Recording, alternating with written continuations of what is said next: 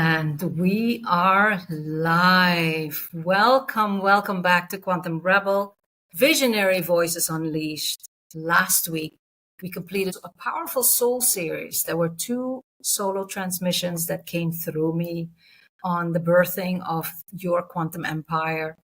It's a remembrance that you weren't, or we weren't born to just build a business, a brand, or even a movement.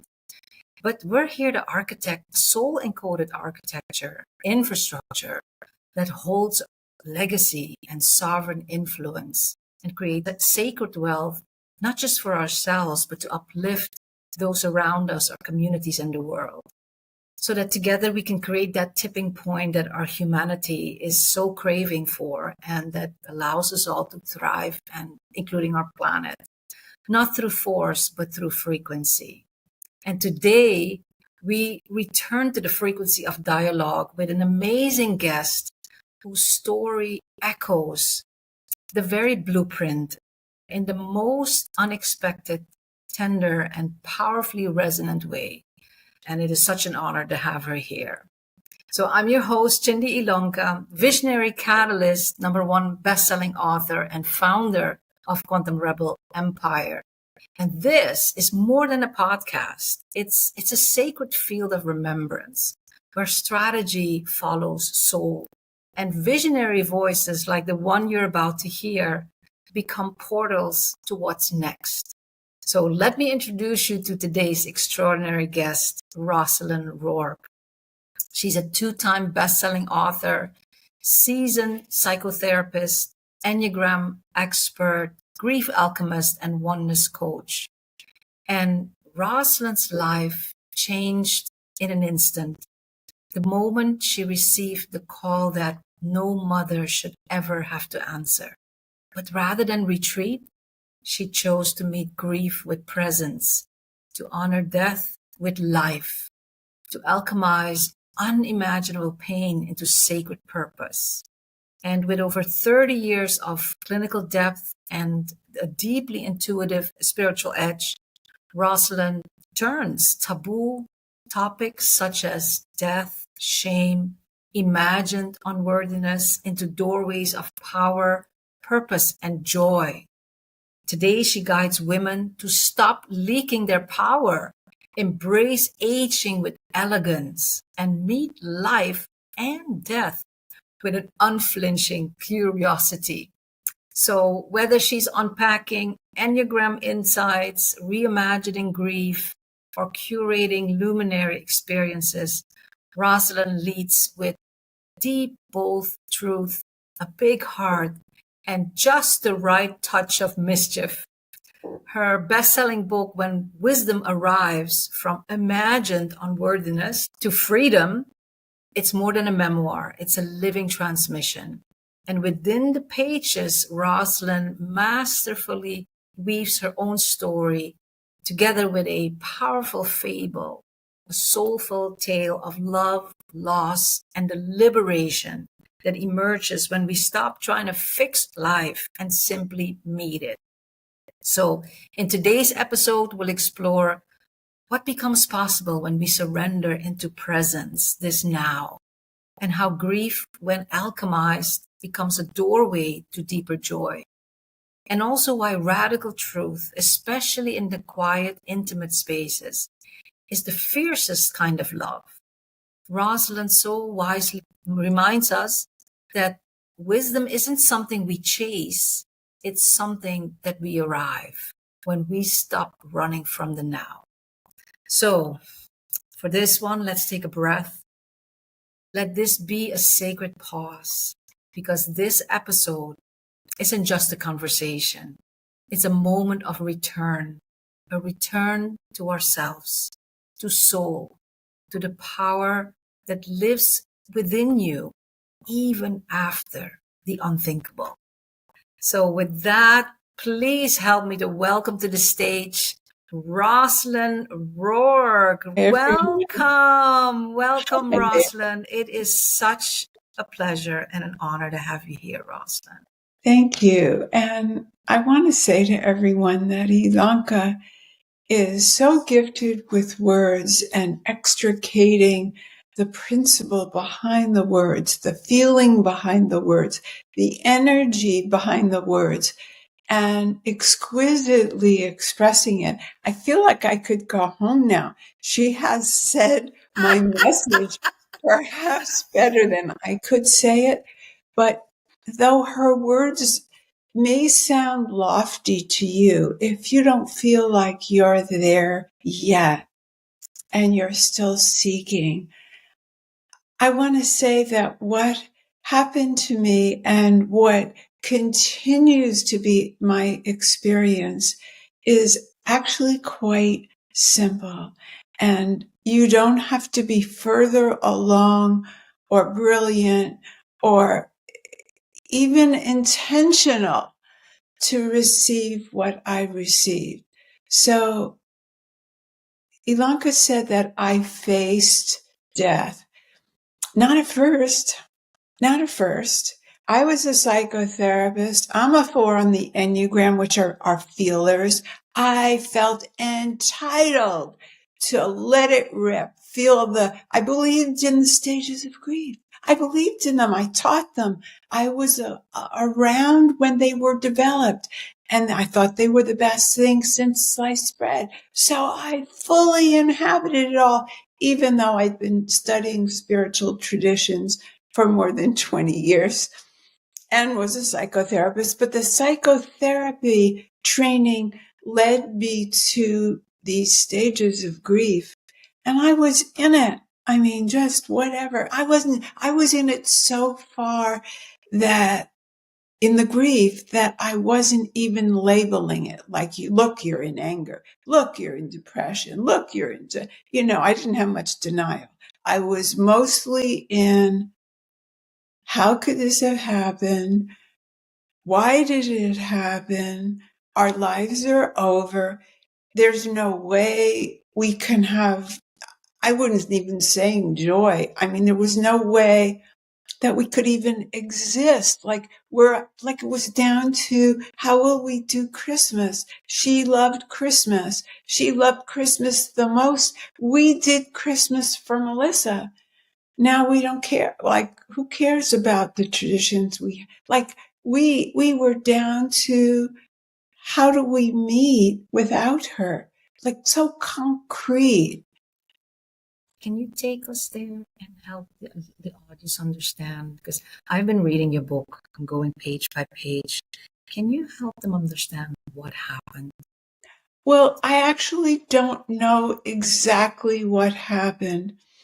I know that a couple of things.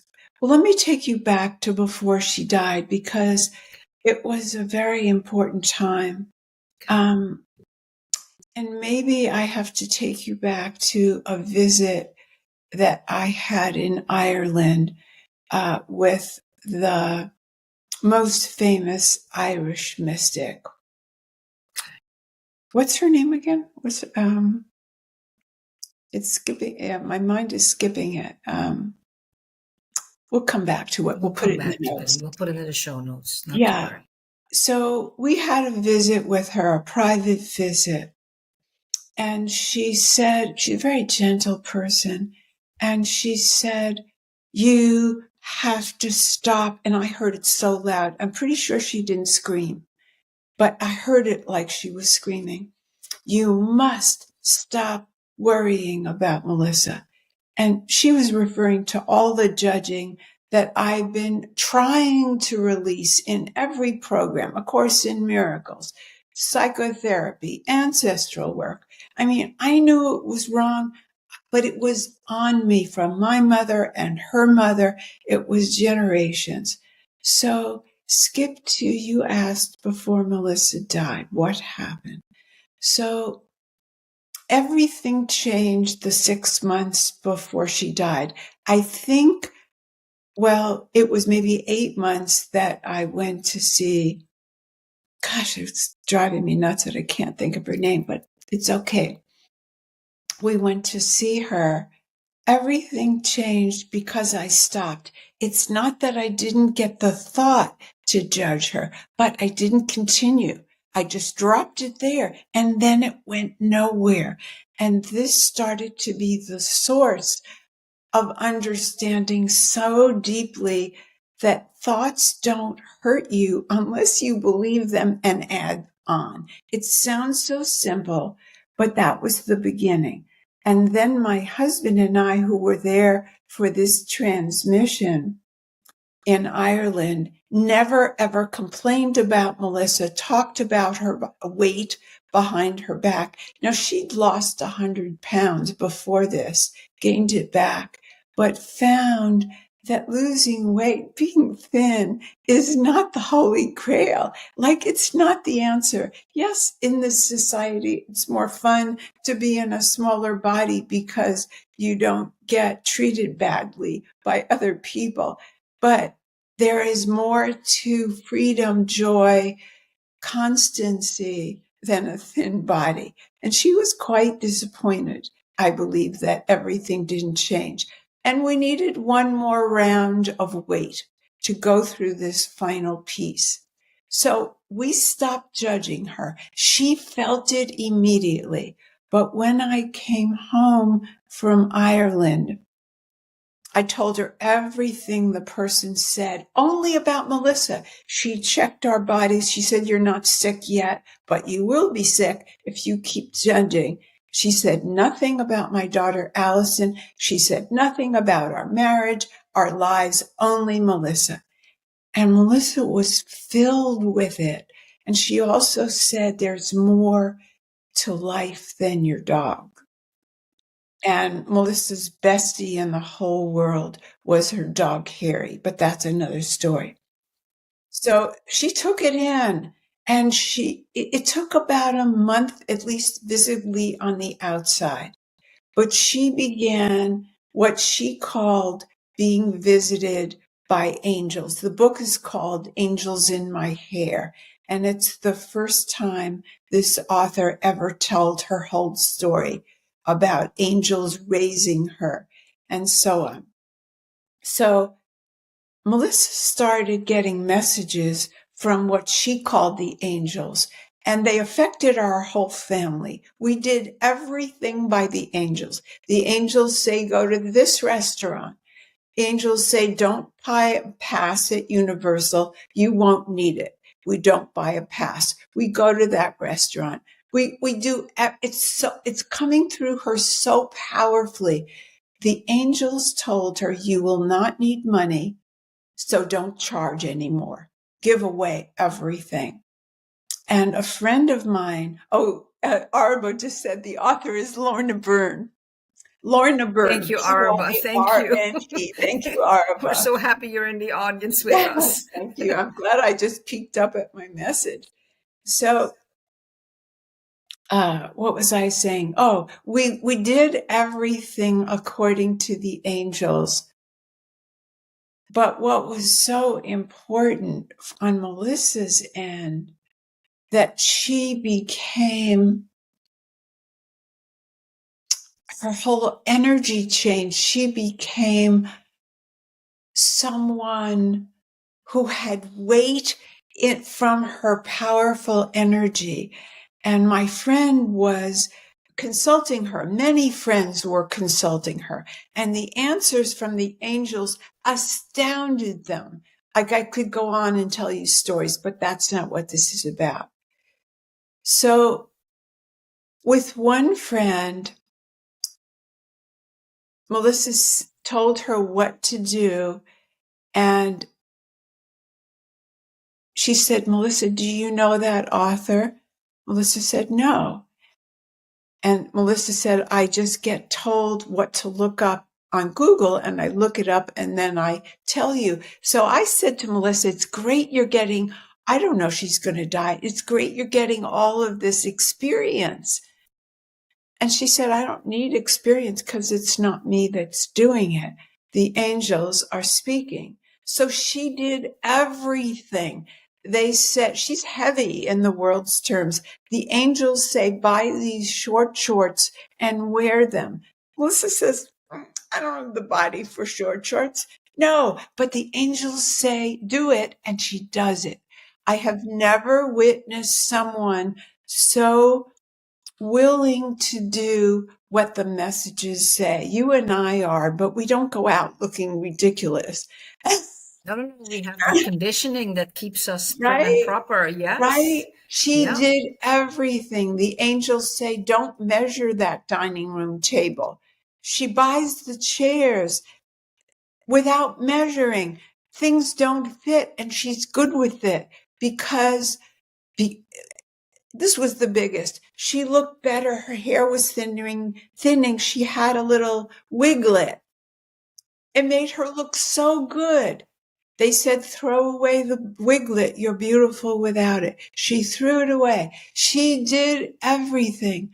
So she was a demonstration for me before she died about going all the way and how 100% to believe in these transmissions. But getting back to what you said, what happened? So she wasn't feeling that well. But it was nothing violent. It was nothing big. And she was laying around a lot. So we were more in contact. How are you feeling today? So on. And she didn't believe in doctors anymore because they didn't trust her. When she was heavy and went in and said, I'm not eating sugar, I'm not adding carbohydrates, and her sugar was up, because she was heavy or fat, she could feel their distrust. And so it was an icky experience, and she shunned doctors. And we said, hey, there's a nature path, there's this and that, will pay for it. She said no. So turns out she had 1.5 diabetes. That's a very rare, not well known disease. But I alerted Allison, our other daughter. I don't know why. It was just an intuition. I still didn't feel like she was dying. That was not in my consciousness as a possibility ever. But not ever. I mean, I knew if you're heavy, you're putting the odds in your disfavor, but I never took it seriously, not when she wasn't feeling well. But Allison said to her, can you check your blood sugar? Because she had everything and she wouldn't do it. So I think everyone in our family went a little more into, I think my husband wished we had fought her on the doctor, on the specialist. And Allison, of course, wished she said, got like been crazy and said, God damn it, check your blood sugar.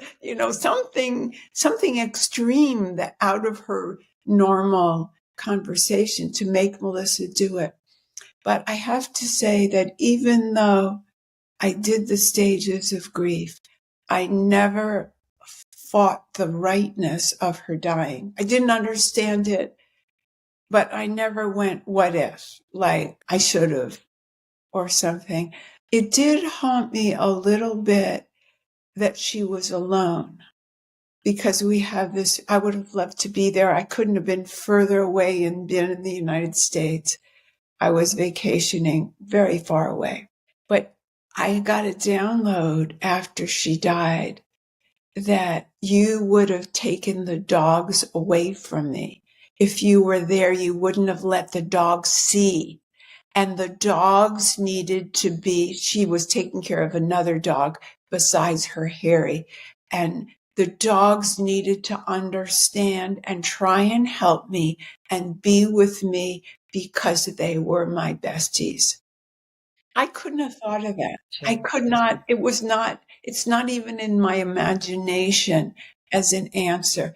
And she's right. I would have pushed the dogs away. I wouldn't want them to be, I would have, like we do with children, we're falsely protecting them that's a different story. But that's important because it let me know she was still with me in another form.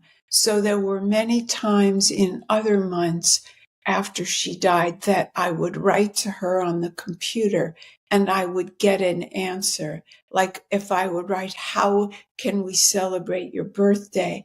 I would get back, how about celebrating my ascension? Like, that is not in my consciousness. It's just not. I couldn't have made that up as an answer, even in my most creative self. So she was there with me. I wouldn't be doing a TEDx proposal now if she hadn't said in these after months, go join this thing that came in your email.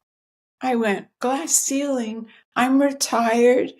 I don't have a glass ceiling. I'm not making any money. Nobody's stopping me. She said, take this. I take it. And the TEDx big guy, Taylor Conroy, is on there. And I say, oh, that is my glass ceiling. Okay, I'll do that. So I stay okay. And then it's been in the background, leading my ascension. So an ascension, that's a big word. That doesn't mean I don't have everyday thoughts that make you feel crazy. When I see what's going on in the United States, I'm filled up, but that's not me. It's a feeling. It's a thought. And that's the difference. So I think I answered what happened. She had 1.5 undiagnosed diabetes and she died. And she had some kind of blood on her when she died because of the fall or because of a wound that was discovered in the autopsy, but that had nothing to do with her death. And the dogs were covered with blood. Harry tried to revive her. He was covered with blood. And that's how they knew Melissa was in there. Her bestie went to the house and he said she didn't show up for a meeting. He went to the house. We gave him permission to call the police. That's how the police were involved. That's how I got that dreadful call that rigor mortis has set in. She's gone. So, It, like you say, I'm getting chills as you say this story because, like we said in the introduction, this is the last call any mother wants to receive. yeah. You said something in your book which I thought was so beautiful, and it aligns with everything you say here about Melissa really being a pure channel to the messages of the angels as she was nearing what you didn't know, that she was getting closer to her true, that veil, supposed veil that lives between when we leave this plane and when we're in it. And you say that, yes, you went through all the grief stages and all that stuff, and then something happened that has shifted everything for you Yes. and how you look at grief now. Yes. Can you talk about that? Yes, I would love to. So I was desperate, and I listened to many people who are also desperate, and I did not understand that depression, anger, denial are all fights with what is. Why did it happen? It shouldn't have happened. If only they, if only I. These are all a battle, but there's something so important, Ilonka. It feels good to hurt in a strange way when your person dies. It feels like the right thing. So there's something that feels good about feeling bad that we miss. It just feels, it's not only prescribed, but it's like you are honoring them, even though it's not logical. You know, you're saying you mattered. I ache for you. I would have changed places. It feels right. And we mustn't ever skip that, knowing that that's not spoken of very often. It feels right in some deep way. And so people go through, and they should go through, and they have to go through, because their attachment to what their particular life will be. Ours was a family of 4. This is the way we do Christmas. This is the way we talk to each other. That is over. Love is not over. The person in their body form is over. But a lot of what we call love is attachment. They did this for me. Now I have to do everything. I miss them so much. Do you miss the love, or do you miss what they did? It's okay to miss what they did, but we shouldn't confuse it with love. So there were many things that were important about the grief process. And there was a day that I looked out into the ocean and I thought, if I keep walking, maybe I can meet up with her again. And I'd never had a thought. I've done just dangerous suicidal things, not with the intention of suicide, but just crazy, edgy things in my life. But I'd never really thought of taking my life. And I noticed, oh, that's suicidal ideation. I'm a therapist, but I didn't care. Like, that was okay. But I didn't judge it either and say, oh, I better call somebody. Oh, I better tell somebody. Oh, I'll be scared and now be in another hole, adding to it. I didn't add to it, but it wasn't a decision, and it didn't come from a stepping thing. Oh, this is the next step. Don't add. No, it's just that I didn't add, and I felt the sand, and I heard the surf, and I kept walking in the wind, and I didn't walk out. There wasn't a movement to walk out. It was just a thought. And we can take that as being special, or we can take that became my paradigm. I feel everything to the fullest, like the hissy fit people who are in my community that, before I went to a retreat and I talked about it, I felt it all, but it didn't stick. It felt sticky, but it didn't stick because I didn't believe in every thought means anything. It's just a thought. It's just a feeling. Honor it. It's not that it means nothing. Yes, it was meaningful that I was so missing her and so despairing that I would think of that. But it doesn't mean that I need to take my life or that I'm in danger. It doesn't mean all the things we add. So it's both important and not important. It's very hard to describe, Ilonka. I have tried so many ways, so many times, and I actually don't feel I'm successful. So maybe you can help. How do About in a second, because I love how when you read your book and you actually put it in a fable. So that was very powerful, because now it's not me, it's not you. We're looking at it happening. And so the way you describe that there I found it very powerful. I got it. And you know what? You're about the one of the few that understood that story was for all of us. Most people think it's a nice story for children about weight. I'm sorry to say that, but that is most people. That is what I get on my book tours and talking to people. Yeah. And my hope was that it was easier to take in as a story for all of us. Yeah. If I say it to a child. So what happened is it couldn't have been lower. There I was, willing to take my own life to join her.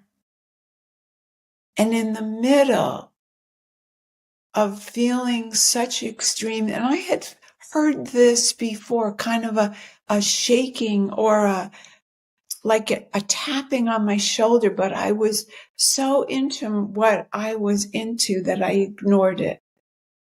And this time I couldn't stop it. I felt I was being shook physically from the inside. Like I wasn't trembling. I wasn't nervous. And then the suffering was gone. And I went, well, how can that be? I'm aware she's still dead, but I'm not hurting. Where did the hurt go? And I got the message. I don't really know if I heard the words, "you're okay." It feels like I did, but I was not processing for something important like remember this. My experience was I was told you're okay. And I saw, wow, I actually am, but how can that be? And then I went to, and then I was defending feeling wounded. And I said, well, I'm a mother who lost her daughter. Don't I deserve to hurt, basically? And then I saw that makes no sense. She died, and I'm going to honor her by hurting for the rest of my life. Like I'm going to own I need to hurt. And then I thought, this is crazy. But then I thought, well, maybe I won't tell anybody I'm okay so that I can be accepted, so people will still love me. So I'll still join the mothers who lost daughters and be in that club. And then it was only a millisecond. It was like, no, you could never do that. You could never do that. But look at the taboo that I was shown. Like it's going to be hard. Maybe I'll be alone. Nobody will understand. How can I be okay? And so that Ilonka, it became my home. So today, if I'm into something, I don't want to go to that retreat. I don't want to know those people. I don't want to go there. I just want to stay home. It's scary to be there. I feel the Nazis that my grandparents went through sometimes about groups, that they're not safe. Nothing's ever happened to me. Yes, as a fat kid, I had bullying experiences, but nothing like the Nazis. But I feel that's in my epigenetic history, and it's real, and it comes up occasionally. But I don't give it the lens and the meaning that maybe I shouldn't go to the retreat. I don't feel like it. Maybe that's a message. No, a message is so simple, like you're all right. It's like, watch this video, do this, don't do that. It's not paragraphs of the because and the why and this and the future and the at least not my experience, and nobody that I've ever heard gets a download. That it's like sometimes it's not words, it's move in this direction. Because it's not the logical mind. It's not It's not logical. the logical And mind at all. usually it's illogical to the person receiving it. It's what you don't want to do. Yeah. Usually. But so, and Okay. that, I think you described it so beautifully. And that I think for so many out there who have lost, and then especially when you lose a child. And I remember my own grandmother always said that her biggest wish was that she would die before her children did. That's what needed to happen. And it didn't. And that loss can be so life-changing. And I find it so beautiful how that for you, it was almost like Melissa reaching back and shaking you and giving you permission to live your life in joy and purpose. Yes. She's given me purpose. Her death has given me purpose. Exactly. Way more than I had before she died. Yeah. And we're so into the good and the bad. So am I saying it's good she died? No, but I'm not saying it's bad either. Getting off that paradigm of the pairs, good, bad, high, low, up, down, worthy, unworthy. Let's get off those questions and be in the beingness of just living. And that's finding a new home. I'm calling that my home. I'm calling that place. I don't want to make it sound biblical, but that whole thing of what does it mean to be in the world but not of the world? What does that, I mean, it's actually a real place. Yeah. Presence, that's not personal. Yeah. So if we make everything personal, we cannot step into the oneness. The oneness is not personal. It's everyone. Yeah. And when we're all personal, the message is for me as a person. No, I'm just embodying the totality at that moment, but it's not the separate person. Yeah. It's so hard to find the words to say this is tangible. If we just step back from the meaning we make of our thoughts and feelings. Is that what you refer to as quantum belonging in one of your other books? You talk about quantum belonging. More the inside job. Yes, it is. That we always think of belonging as a group allowing us in. And a group probably won't let you in if you feel you don't belong, or you won't get that feeling of belonging when you get in the group. You're going to be looking for the next group. It's a never-ending personality search.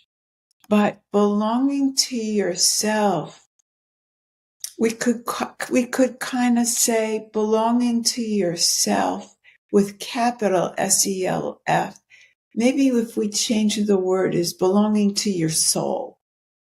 This place that is not my personality, that notices my personality, takes responsibility for my personality, but doesn't believe in my personality in the sense of honoring it like a deity. It's a strategy that we develop from conditioning in our family.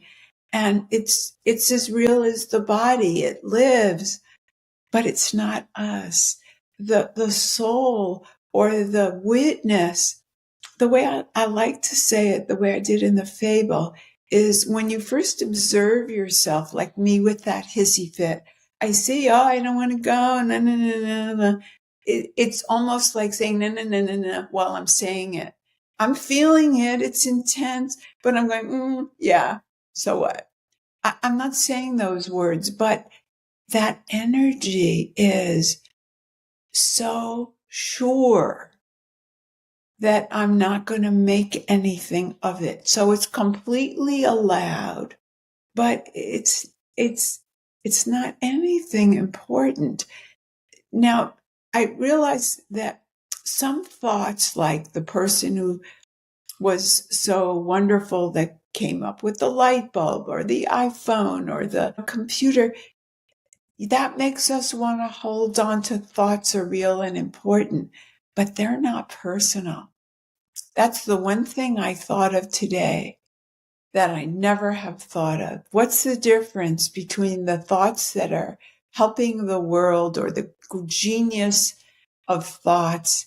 They're not personal. They're not, the personality might say, yay, me, look at me, I'm so rich. I came up with this. But the thought that created it was for everyone, and everyone benefited. But it's the thoughts that are personal. I'm not good enough. You're this, you're that. When we judge others, those are the ones we can throw away because they're hurtful.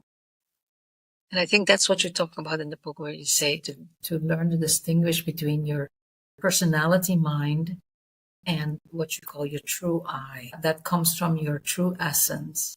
Yeah. And that it doesn't judge. It just notices what is. Yes. And I had a person who said, I read your book 3 times. I still don't know who that I is. So we took everyone through the observer. So I observe the hissy fit. I see I'm thinking this stuff and, oh God, look at me. And I still care about the thoughts and the feelings. That observer is still a little into it. But if I step back a little further and notice the witness that sees the observer. Now I'm a little less into it, right? Yeah. I care a little less about whatever. And now I'm like, look at that rather than my feelings, my thoughts. They're just thoughts. They're just feelings. They're only something when we put our lens on it. Yeah. And if we can just spend a little more time pulling back, I promise, if we're willing to believe in that place, we believe in the thoughts and the feelings, we believe in our bodies, we believe in the unworthiness. If we would experiment and believe, like just take a feeling you were upset with anybody today. Like you had a thing this morning where you didn't feel your best and you were stunned by it, but you didn't say, oh, this is the new me. Look at it. You just noticed it. You didn't put an interpretation on it except to wake up that you've been maybe too busy putting out, not taking care of this holy thing we've been endowed with, our bodies. And see it Right? like a potential message.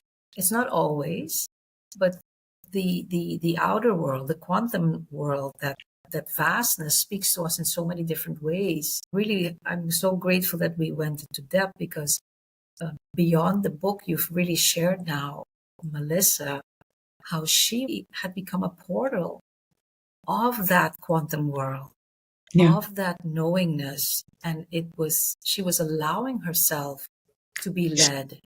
Yes, and she belonged. Talk about belonging, quantum I'm just getting belonging. chills all over. She told me she doesn't need permission. She doesn't need experience. She's getting direct information. And it's the same person who might have been called nice, but kind of introverted and maybe a little deferential, was a powerhouse. She stepped into her power. I mean, none of us would argue with the angels when she said what it was. And it was always true. Who goes to these places and doesn't need a pass and doesn't have any lines? And the dinner she picked out, I'd been there. It was terrible dinner, but we went when she said, and it was a fabulous dinner. I didn't know they had a new chef, like, it was an amazing ride to be with her before she died. And when I said at her memorial that I felt lucky, I don't think people believed me, but you could see when people don't believe you, they look like, but it is my experience that I feel so lucky. And we can honor our experience. It's just a different kind of cultural teaching, which you talk about in your fabulous book in a million different ways, how we have to change the order of things when we know better. When we get these quantum downloads, it's up to us to share them if anyone is interested. And that's why I came out of retirement, not for the big money. The things I do so far haven't made big money. I love money. I have nothing against money, but it's not the purpose. It's not what drives me. It's not what motivates me. If I can make one person or allow one person to open to the freedom that's available to each of us. We don't have to be erudite. We don't need to have even a method, just a willingness to see if there's something besides our thoughts, feelings, and our conditioning. Oh my goodness, Rosalyn, I think that's a beautiful place that I won't say end it because I want to invite you back. Because when we started this, there's so much in those books to unpack. And I believe there's one more theme that I would love to talk to you about, and that is the matriarchal conditioning that your mother, you, and your daughter had around weight, and all the conditioning of the world around that. But that's for another episode. Mm-hmm. I'm not going to thank you alone, Rosalyn, because I really felt that Melissa was here with us. So I want to thank you, Melissa, from that quantum belonging world. I want to thank you as well. I'm getting chills all over. I really want to thank you for, together with your mom, who was your mom in this earthly life, bringing us this wisdom. I will put in the show notes, definitely go to Rosalyn's, her website, Mm-hmm. because there you can find the book through there. So Rosalyn, Melissa, thank you for walking us through the shadow, reminding us that presence is power, and for holding this sacred space that turns Thank pain you. into possibility. So, and if you're listening and something stirred within you today, if you felt seen, softened, or simply more here and present, I think Rosalyn's message and Melissa's message is you're not alone. And this conversation was really a transmission, and it doesn't end with the words, they continue to echo. So go to Rosalyn's website. It's rosalynrourke.com. We'll put it in the show notes. Her powerful book, When Wisdom Arrives, it's available there. But we're not quite done yet, right, Rosalyn? Right. We're going to continue this soul-led dialogue in the Quantum Rebel VIP Lounge. That's our sacred after space circle, where we deepen the conversation with our visionary guests. And it's such an honor to be able to continue this heartfelt conversation with you there. For the listeners, it's complimentary, it's curated, it's intentional. And so if your heart is nudging, we welcome you to join us next time. Register. We'll put it in the show notes also. And then we'll see you next time at 2:00, where we continue to amplify the voices that are shaping what's next through resonance, remembrance, and revolutionary intuitive insight. So until then, trust the now, as Rosalyn says, and step into your soul's calling, and let your voice become a lighthouse shaping what's next. Mm. Until next time. Thank you, Ilonka, and everyone. Build your quantum empire, not by working harder, but by aligning with energetic precision, where strategy follows soul and timelines collapse. Sacred wealth flows, legacy impact scales, and sovereign influence expands. Let's amplify the voices shaping what's next. Subscribe, share, and leave a review at www.visionaryvoicesunleashed.com. And then join us in the Quantum Rebel VIP Lounge after every live show to continue the dialogue. You can register at www.thequantumrebel.com/podcast. Together we rise to shape what's next.